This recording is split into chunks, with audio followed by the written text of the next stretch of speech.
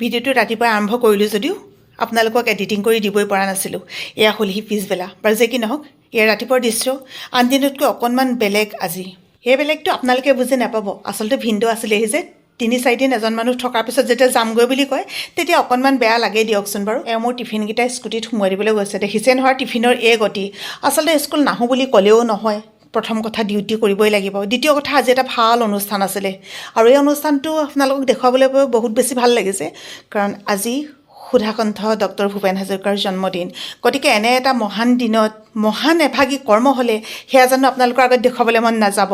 ভূপেন হাজৰিকাদেৱৰ এভাগী প্ৰতিমূৰ্তি স্থাপন কৰা হৈছিলে, কিন্তু উন্মোচন কৰা হোৱা নাছিলে, আৰু এই শুভ কামভাগ আজি এই মহান দিনটোতে উন্মোচন কৰা হ'ল, য'ত নেকি বন্তি প্ৰজ্বলন, সুন্দৰকৈ নাৰিকল চাৰিকল ভাঙি মেলি আৰু গীত নৃত্য সম্বৰ্ধনা অনুষ্ঠান, মানে একদম বহুত ভাল লগা এটা অনুষ্ঠানেৰে এই অনুষ্ঠানভাগী হ'ল। এই অঞ্চলৰে বহু কেইজন স্বনামধন্য ব্যক্তিক আমাৰ লগ পোৱাৰো সৌভাগ্য হ'ল।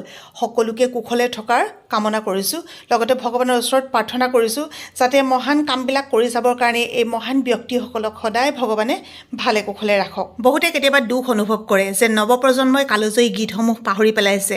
পাহৰা নাই, আচলতে সিহঁতক এখন মঞ্চ দিব লাগিব, সিহঁতক এটা সময় সুবিধা দিব লাগিব। আজি যিখিনি অনুষ্ঠান হ'ল তাৰ পৰা এটা কথাই অন্তৰকৰণে ভাবিলোঁ, সিহঁতক সুবিধা দিলে বা শিকালে সকলোখিনি পাৰে। আহি ঘৰ পালোহি, ভাল লাগিছে যে ভিনদেউ যোৱাৰ আগতে অন্ততঃ এবাৰ লগ পাবলৈ সুবিধাকণ হ'ল। চেংনাঙে একেবাৰে এৰিয়াই দিয়া নাছিলে, ইমান ভাল পাইছে দদৌকে।